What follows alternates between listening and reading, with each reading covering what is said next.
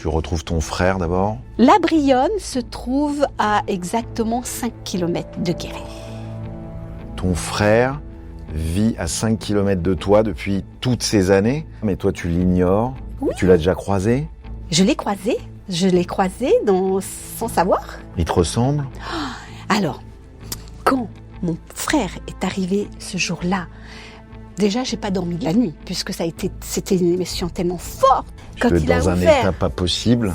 C'était terrible. Alors quand il a ouvert cette porte, que j'ai vu son visage, il me ressemblait tellement que j'ai dit enfin un bout de mes origines, enfin un frère qui me ressemble, quelqu'un qui me ressemble.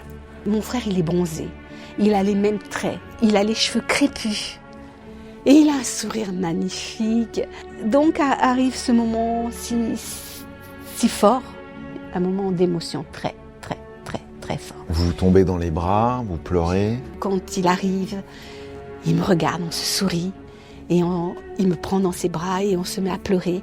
Et tout de suite, il se présente.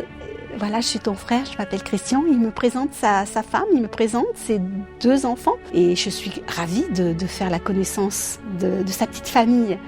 Et là, on parle, mais plutôt du beau temps, tout ça. On ne va pas parler de l'histoire des enfants d'Illac. On ne va pas parler de notre exil. Pourquoi? Pas tout de suite. Parce que je pense que mes parents adoptifs sont là et que, c'est un sujet tabou.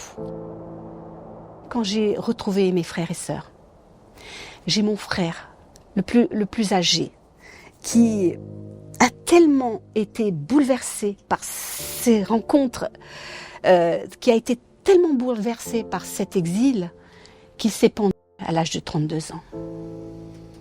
Ce frère-là, je l'ai très peu connu. Très peu connu. J'aurais tellement aimé le connaître et puis laisser 2 enfants derrière lui. Et d'autres ont des problèmes psychiatriques assez importants? On va dire les 3 premiers ont beaucoup souffert. J'ai ma sœur plus âgée qui vit régulièrement en psychiatrie parce que elle est dans sa tête. Elle vit avec les démons du passé.